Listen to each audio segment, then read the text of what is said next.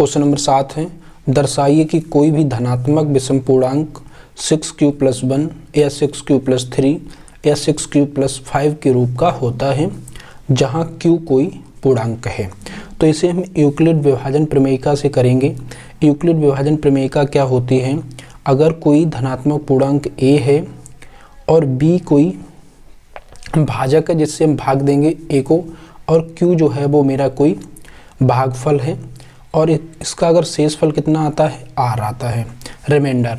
तो हम यहाँ से लिखेंगे a बराबर bq + r, और जो r की वैल्यू है वो b से छोटी होगी और 0 से बड़ी या 0 के बराबर होगी।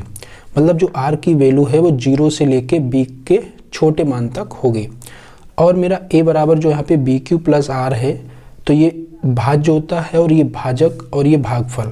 तो भाज्य बराबर भाजक गुणा भागफल प्लस शेषफल, तो ये वही है, बस इसे लिखने का तरीका बदल दिया है यहाँ से। तो यहाँ से हम क्या लिखेंगे, माना कि कोई धनात्मक पूर्णांक, माना कि कोई धनात्मक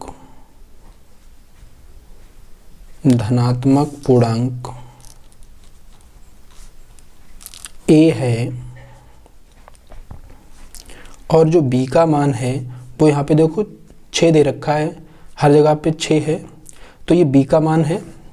तो b का मान कितना है मेरा, यहाँ पे 6 है। तो यहाँ से नीचे लिखेंगे यूक्लिड विभाजन प्रमेयिका से, यूक्लिड विभाजन प्रमेयिका से। तो यूक्लिड विभाजन प्रमेयिका होती है a बराबर bq + r, और जो r < v है और > 0। तो मेरा जो r का मान है वो 0 से बड़ा या 0 से शुरू करेंगे और b के छोटे मान तक रखेंगे। तो यहाँ से हम लिखेंगे a बराबर, b का मान लगा देंगे 6, तो यहाँ से हो जाएगा 6q + r, और यहाँ पे भी लगा देंगे तो r > 6 > 0। तो यहाँ से हम जो r का मान है वो हम 0 से लेके 5 तक ले सकते हैं, 6 से छोटा। तो यहाँ से देखो r का, इसे मान लेंगे समीकरण नंबर 1। r का मान यहाँ से क्या क्या ले सकते हैं हम, 0 ले सकते हैं, 1, 2, 3, 4 और 5। लेकिन यहाँ पे देखो 6 से छोटा है तो 5 तक ही ले सकते हैं, और 0 से शुरू कर सकते हैं, तो 0 से लेके 5 तक ही हम r का मान यहाँ से ले सकते हैं। अब जो हमारा यहाँ से दे रखा है, जो r का मान है, ये वाला मान हम यहाँ पे रखेंगे। तो एक बार 0 रखेंगे, एक बार यहाँ पर 1 रखेंगे, 2 रखेंगे, 3, 4, 5, इस तरह से रखेंगे, ये अलग अलग निकलेंगे मान। तो यहाँ से लिखेंगे r के मान समीकरण 1 में रखने पर, तो हम एक एक करके रखेंगे। तो पहला अगर 0 रखेंगे तो a बराबर कितना हो जाएगा मेरा, 6q + 0 हो जाएगा। एक बार रखेंगे 1 तो हो जाएगा 6q + 1। ऐसे रखेंगे a बराबर 6q + r का मान 2 रख दिया यहाँ पे। ऐसे ही a बराबर 6q + 3 रख दिया, 6q + 3 रखेंगे। ऐसे ही a बराबर 6q + 4 और a बराबर 6q + 5। तो हमने देखो सारे मान रख दिए यहाँ पे समीकरण 1 में। अब इसे चेक करेंगे कि ये सम है या विषम। तो पहला देखो कितना, 6q + 0 करेंगे तो 6q आएगा। तो कोई भी संख्या सम कब होती है, जब वो 2 से पूरी विभाजित हो जाए। तो अगर हम इसमें 2 से डिवाइड करेंगे तो देखो 2 × 3 = 6, ये 2 से पूरी तरीके से कट जाएगी। तो इसका मतलब एक पूर्णांक कैसा है मेरा, सम पूर्णांक है। इसमें देखें 2 से अगर डिवाइड करेंगे तो 2 से नहीं कटेगा, तो ये कैसा हो जाएगा, ये हो जाएगा विषम पूर्णांक। इस दूसरा वाला विषम हो जाएगा। तीसरा देखेंगे, यहाँ पे देखो 2 कॉमन मिलेगा, तो जो 2 जब कॉमन है, 2 × 3 = 6, 2 × 1 = 2, तो यहाँ से 2 कॉमन मिल गया, मतलब ये 2 से कट जाएगा। तो ये कई संख्या हो जाएगी, ये सम हो जाएगी। इसे देखेंगे यहाँ से तो यहाँ से 2 कॉमन नहीं, 3 मिल जाएगा लेकिन 2 कॉमन मिलना चाहिए, 2 कॉमन नहीं मिल रहा, इसका मतलब ये भी कैसा है, विषम पूर्णांक है। इसमें देखेंगे हाँ इसमें 2 कॉमन मिल जाएगा, 2 3 6 और 2 एकन 2 दूनी 4, तो ये मेरा कैसा हो जाएगा, ये हो जाएगा सम पूर्णांक। इसे चेक करेंगे, इसमें भी 2 कॉमन नहीं मिलेगा तो ये कैसा हो जाएगा, विषम पूर्णांक। तो हमारे विषम पूर्णांक कौन कौन से हैं, 6q + 1, 6q + 3, 6q + 5। तो नीचे लिख देंगे अतः कोई भी धनात्मक पूर्णांक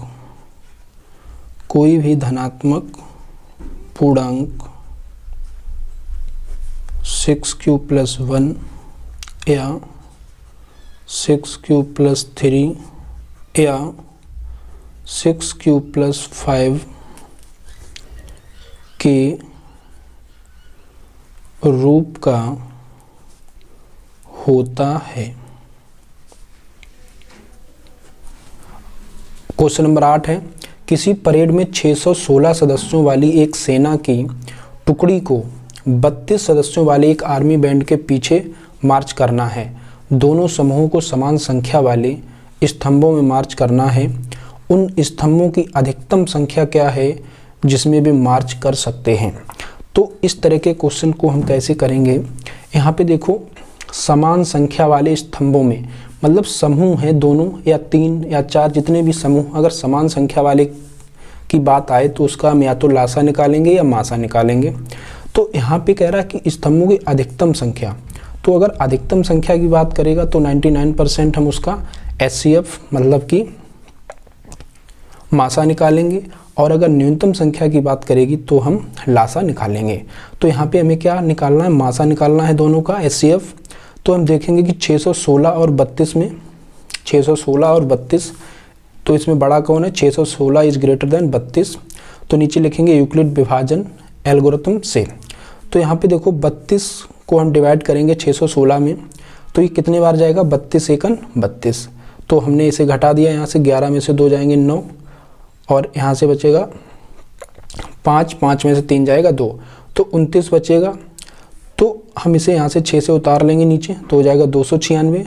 तो 32 का 9 बार जाएगा, देखो 9 दूनी 18 और 9 तियाँ 27 और 1 28। इसे घटाएंगे तो 16 में से 8 जाएंगे 8, यहाँ 8 में से 8 जाएंगे 0 0, तो यहाँ से मेरा जो शेषफल बचेगा वो 8 बचेगा।